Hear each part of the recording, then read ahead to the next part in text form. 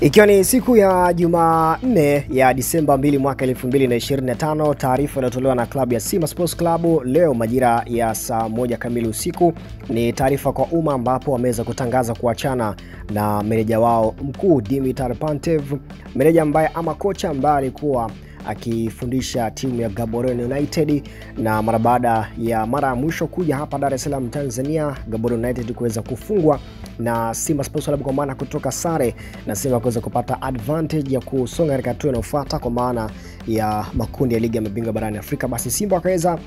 kumchukua meneja huyo kocha wao Dimitar Pantev na kumfanya kama meneja mkuu mara baada ya Simba kuachana na kocha Fadlu Davids. Na leo uongozi wa klabu ya Simba umefikia makubaliano ya pande zote mbili ya kusitisha mkataba na meneja mkuu Dimitar Pantev pamoja na wasaidizi wake wawili. Kwa sasa kikosi cha Simba Sports Club kinabaki chini ya kocha Selemani Matola, wakati mchakato wa kutafuta kocha mwingine unaendelea. Imetolewa na bodi ya kurugenzi klabu ya Simba leo tarehe 2 Disemba 2025. Hivyo taarifa kwa umma kwa mashabiki wa Simba ni kwamba Simba wameweza kutemana na meneja wake mkuu Dimitar Pantev. Hii ni Niyako TV, kama uja subscribe our channel, lakini pia usisahau kubonyeza alama ya kengele, lakini pia tufollow kule Instagram pamoja na TikTok kwa jina moja la Niyako TV. Mimi ni official Mutram Sanoaji, Instagram napatikana kama official Mutram Sanoaji.